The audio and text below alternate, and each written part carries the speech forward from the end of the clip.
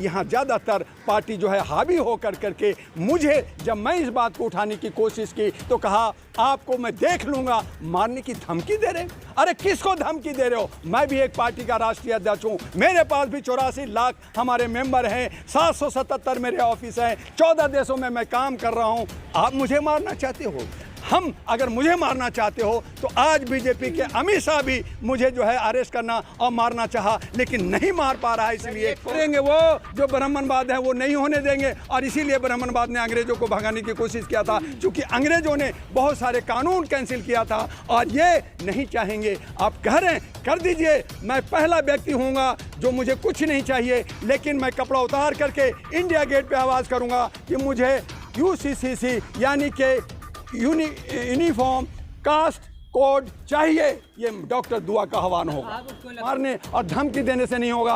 आज ND तिवारी में कुछ कांग्रेस के जो है कुछ लोग जो औकात नहीं रखते, मैं कांग्रेस का बहुत सारे मिनिस्टर को जानता हूं, और ये कहते हैं दुआ मैं तुम्हें मार दूंगा, दिखा दूंगा, तो मुझे गुस्सा नहीं आएगा? मुझे मारो, मैं अकेला घूमता हूं, मुझे मारो। तो इस तरह की हरकतें करेंगे तो ये इंडिया बना देंगे, ये भारत बनाएंगे।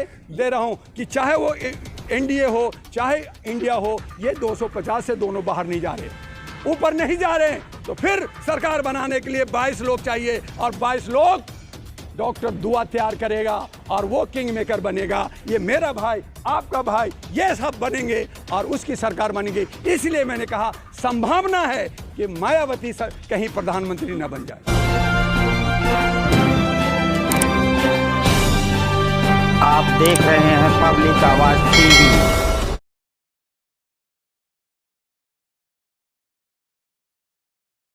कि उत्थान कैसे हो, समाज के लोग समाज के को क्या दे सकते हैं अपना योगदान, उस पर बातें हो रही थी। लेकिन कमोबेश सामाजिक बात करते करते राजनीतिक भी हो जाती है, और वो राजनीतिक बातें भी हुई। लंच हुआ और दूसरा सेशन पूरा पॉलिटिकल था कि पॉलिटिकल सिनेरियोज में बहुसंख्यक लोग जो हैं, जो 85% हैं, उनकी भागीदारी आने वाले चुनाव में कैसा हो, उनका अपना आपसी गठबंधन या आपसी मेल मिलाप कैसा हो, इन पे बात हुआ। लेकिन कमोबेश मैंने देखा कि यहाँ पे लोग अपनी पार्टी का एजेंडा लेके अपनी अपनी पार्टी का ढोलक पीटते रहे, और हमें ये सब कुछ देख करके बहुत अफसोस हुआ कि जहाँ हम बहुसंख्यक को जोड़ने की बात कर रहे हैं, जहां हम चाहते हैं कि 85% सत्ता में आए, वहां पे अपना ढोल बजा रहे हैं। तो जिस तरह से हमारी बहुसंख्यक लोग घंटा बजा रहे हैं और कुछ नहीं हो रहा, किसी की सरकार नहीं बन रही है, और तब कहा मोदी जी ने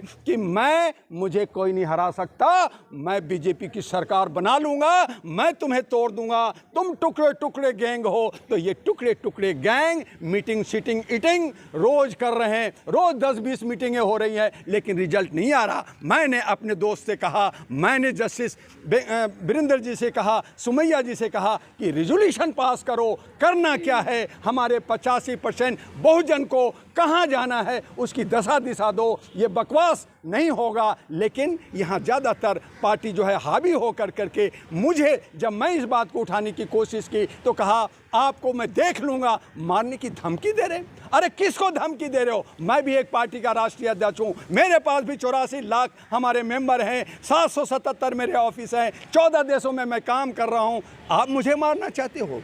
हम अगर मुझे मारना चाहते हो तो आज बीजेपी के अमित शाह भी मुझे जो है अरेस्ट करना और मारना चाहा, लेकिन नहीं मार पा रहा है। इसलिए क्योंकि मैं जानता हूँ ये सारे टुकड़े टुकड़े छोटे छोटी अलग अलग पार्टियों का, कांग्रेस का, कुछ का। हमने कहा ठीक है, आप पार्टी हो, कांग्रेस रहो, बहुजन रहो, बीजेपी का रहो, कोई भी पार्टी का रहो, लेकिन बहुजन को 85% का हिस्सा कैसे मिलेगा? मैं कहना चाहता था कि अगर एनडीए जो कहती है मोदी जी कि मैं सरकार बनाऊंगा, तो मैंने कहा कि 85% जो बहुसंख्यक हैं, आप 85% को टिकट दो।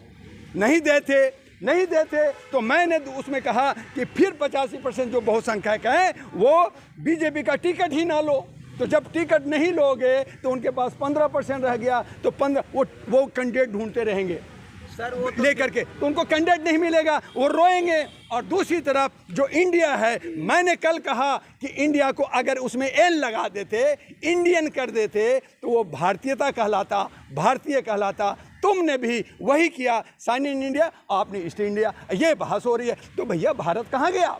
और दूसरी बात, 26 पार्टियों में वो उसमें भी 2-4 लोग आरएसएस के लोग हैं, मैं अभी नाम बाद में खोल दूंगा, अभी थोड़ा सा और रुको, आपको नाम आ जाएगा। और ये भी जो गठबंधन है टूटने वाली है, क्योंकि यहाँ पे 8 प्रधानमंत्री बनने के उम्मीदवार हैं और ये लोग भी बहुसंख्यक को अधिकार नहीं दे रहे हैं। और यहाँ भी हमने कहा कि अगर 85% बहुसंख्यक को टिकट देते हो और उनको आगे लाते हो तो हम आपके साथ हैं, और अगर ऐसा नहीं हुआ तो हम एनडीए का भी विरोध करेंगे, इंडिया का भी विरोध करेंगे, और एक भारतीयता को लाने के लिए, मानवता को बचाने के लिए एक तीसरा धड़ हम काम करेंगे। और अगर हम 20-25 भी सीट आ गया पूरे भारत में तो ये 240, 250, 230 करते रह जाएंगे, सरकार बनेगी 20 और 30 लोगों का, और यही हमारी पॉलिसी है। और इसी बात पे मायावती ने भी कहा कि सरकार हमारी बनेगी, तुम सब कुछ भी शोर मचा लो, प्रधानमंत्री तो मैं ही बनूंगी। वो सही कह रही है और सही जा रही है। बस वहाँ पे है कि बहुसंख्यक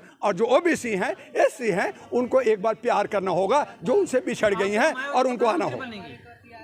मेरे हिसाब से अगर वो बहुसंख्यक को साथ लेती हैं, वो ब्राह्मणवाद को त्यागती हैं और ओबीसी और एससी को प्यार करती हैं, जैसे पहले 4 चीफ मिनिस्टर बनने में दी, आज वो ब्राह्मणवाद की तरफ गई हैं, आज वो अपना पैसा बचाने के ईडी और इनकम टैक्स से बचने के लिए बीजेपी के गोद में है। वहाँ से निकलें, मुझे अरेस्ट करो, मुझ पे ईडी लगा दो, और ऐसा हुआ तो मैं आपको आपके चैनल से कहता हूँ, मैं उन लोग पार्टियों से किसी से नहीं जुड़ा हूँ, लेकिन जैसे देवे गौड़ा, जैसे इंद्र कुमार गुर्जर, जैसे चंद्रशेखर प्रधानमंत्री बना, आने वाले वक्त में जो है मायावती प्रधानमंत्री बन सकती है। मोदी जी तो कह रहे हैं कि 2024 में भी हम ही बनेंगे प्रधानमंत्री। वो तो कुछ भी कहें ना, वो उन्होंने कहा था ममता दी बंगाल उड़ा दूंगी, उड़ा दूंगा, उड़ा दिया।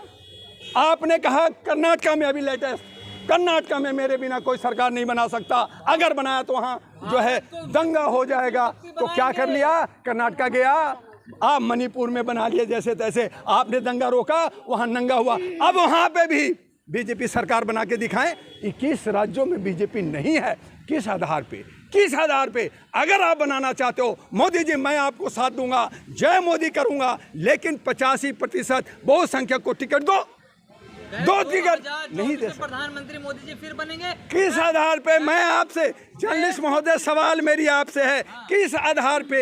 आप आधार दीजिए, लॉजिक दीजिए, कुछ आंकड़ा दीजिए। आप जो है जनगणना नहीं करा रहे, आप जाति का समीकरण नहीं देख रहे, आप तोड़ करके हिंदू राष्ट्र के नाम पे आपने पहले क्या बनाया, सबको शूद्र बना दिया।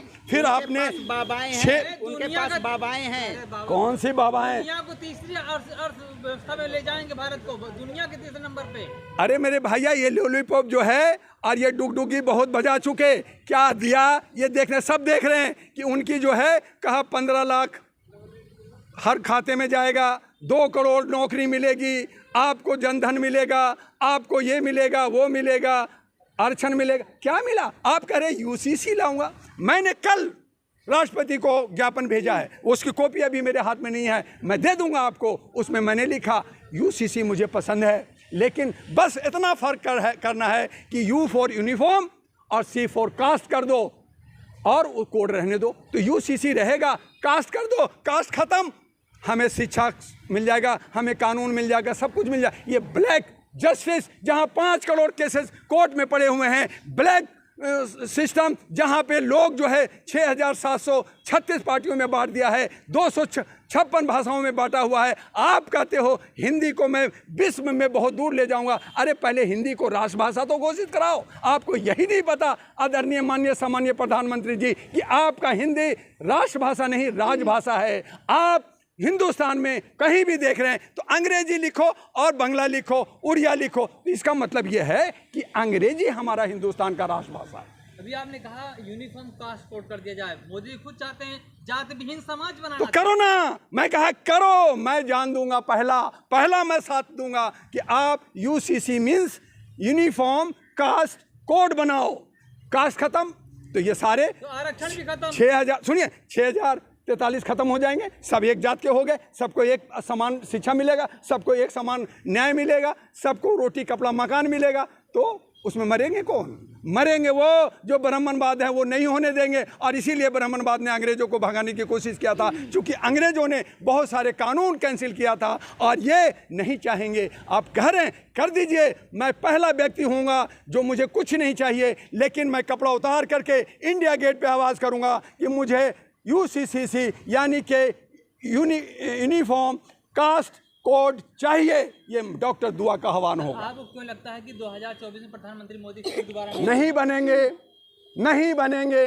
जनवरी से मैं भाजपा हराओ अभियान चला रहा हूं। 9 अगस्त को जंतर मंतर पे भी यही मेरी है। हमने थोड़ा सा उसको सब्जेक्ट बदला है, NDA versus India versus NDA, जो हमने 219 पार्टियों के गठन बनाए हैं कि आप लोग आप जागिए, अपने अधिकार लेने के लिए एकता दिखाइए और लड़िए। खाली सेमिनार, खाली रोटी सोटी और बात करने से नहीं होगा, एक दूसरे को मारने और धमकी देने से नहीं होगा। आज एनडी तिवारी में कुछ कांग्रेस के जो है टुच्चे लोग जो औकात नहीं रखते, मैं कांग्रेस का बहुत सारे मिनिस्टर को जानता हूं और ये कहते हैं दुआ मैं तुम्हें मार दूंगा, दिखा दूंगा, तो मुझे गुस्सा नहीं आएगा, मुझे मारो, मैं अकेला घूमता हूं, मुझे मारो।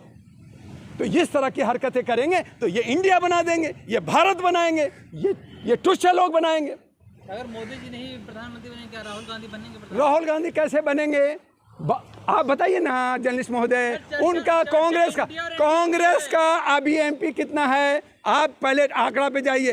कांग्रेस का इस वक्त है 52 एमपी हैं। आप बहुत ताकत लगा लीजिए, बहुत नाम हो गया है, आप 70 ले आओगे, 100 ले आओ तो क्या 100 से सरकार बनती है? सरकार 272 से बनती है। फिर आपके गठबंधन जो 26 लोग हैं उनके द्वारा होगा। और मैं आपको दे रहा हूं कि चाहे वो एनडीए हो चाहे इंडिया हो, ये 250 से दोनों बाहर नहीं जा रहे, ऊपर नहीं जा रहे। तो फिर सरकार बनाने के लिए 22 लोग चाहिए और 22 लोग डॉक्टर दुआ तैयार करेगा और वो किंग मेकर बनेगा। ये मेरा भाई, आपका भाई, ये सब बनेंगे और उसकी सरकार बनेगी। इसलिए मैंने कहा संभावना है कि मायावती कहीं प्रधानमंत्री न बन जाए।